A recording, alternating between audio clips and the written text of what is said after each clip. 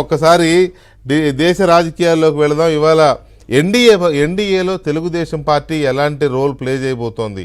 చాలా కాలం తర్వాత వాజ్పేయి గారు ప్రైమ్ మినిస్టర్గా ఉన్నప్పుడు ఎన్డీఏ 1 అప్పుడు ఫామ్ చేసినప్పుడు ఎన్డీఏ కన్వీనర్గా చంద్రబాబు నాయుడు గారు ఉండడం, ఆ టైంలో ఆంధ్రప్రదేశ్కి ఎన్ని ప్రాజెక్టులు వచ్చాయి, ఎన్ని పథకాలు వచ్చాయి, ఎలా ఆయన స్టేట్ కోసం దాన్ని వాడుకున్నారు, ఆ ఎన్డీఏ కన్వీనర్ అనే అవకాశాన్ని ఎలా వాడుకున్నారు, అలాగే దేశంలో కొన్ని అభివృద్ధి విషయాల్లో చంద్రబాబు నాయుడు చూపించిన చొరవ కానీ, అలాగే మొన్నటికి మొన్న ఎన్డీఏ 2లో కూడా మోదీ గారితో కలిసి పనిచేసినప్పుడు 2014 నుంచి 2019 వరకు ఈ పెద్ద నోట్లు రద్దు కానీ, డిజిటల్ మనీ కానీ, ఇటువంటి విషయాల్లో కలిసి పనిచేసిన వ్యవహారం. రాజకీయంగా విభేదాలు వస్తే వచ్చి ఉండొచ్చు తర్వాత. వీటితో పాటు ఇంకా చాలా అంశాల్లో ఇండస్ట్రీస్, ఆంధ్రప్రదేశ్కి ఇండస్ట్రీస్ తెచ్చుకోవడంలో కానీ, ఇటువంటి విషయాల్లో ఏ చిన్న అవకాశం దొరికినా ఆంధ్రప్రదేశ్ రాష్ట్రం కోసం, తెలుగు ప్రజల కోసం ఉపయోగించుకునే చంద్రబాబు నాయుడు ఈసారి ఎలాంటి ఈ అవకాశాన్ని ఎలా వినియోగించుకోబోతున్నారు?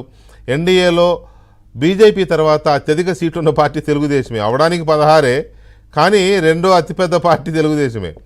కాబట్టి పైగా బీజేపీకి ఏమో 240 సీట్లే ఉన్నాయి. ఖచ్చితంగా మిత్రపక్షాలు, ఎన్డీఏ పక్షాలన్నింటినీ కోడి కనుక పిల్లల్ని కాపాడుకోవాల్సిన బాధ్యత బీజేపీ మీద పడింది.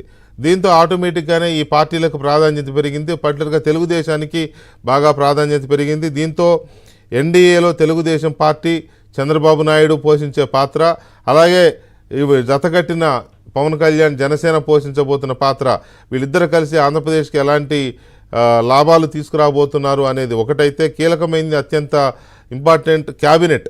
కేంద్ర క్యాబినెట్లో ఆంధ్రప్రదేశ్ నుంచి ఎవరెవరు మంత్రులుగా ఉండే అవకాశం ఉంది, తెలుగుదేశం పార్టీకి ఎన్ని భర్తలు దక్కే అవకాశం ఉంది.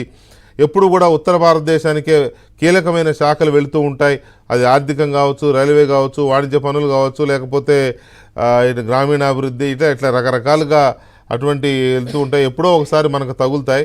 నాకు తెలిసి ఇంతవరకు రైల్వే శాఖ అసలు ఆంధ్రప్రదేశ్కి అంటే తెలుగు రాష్ట్రాలకి రానేలేదు. ఒక్కసారి దత్తాత్రేయ గారు ఎప్పుడో రైల్వే శాఖ సహాయ మంత్రిగా కొన్నాళ్ళు అది కూడా పనిచేసినట్టు నాకు గుర్తుంది. సో ఈ పరిస్థితుల్లో ఎన్డీఏ క్యాబినెట్లో, అంటే మోదీ గారి 3వ క్యాబినెట్లో తెలుగుదేశం పార్టీ నుంచి ఎంతమంది ఉండే అవకాశం ఉంది, ఎలాంటి పోర్ట్ఫోలియో దక్కే అవకాశం ఉంది, అలాగే ఈ కీలకమైన పెండింగ్ సమస్యల మీద ఎంతవరకు దృష్టి పెడతారు, ఓవరాల్గా ఎన్డీఏలో టీడీపీ ఏం చేయబోతుంది, ఎలా ఉండబోతోంది అనేది చర్చిద్దాం ఒక చిన్న బ్రేక్ తర్వాత.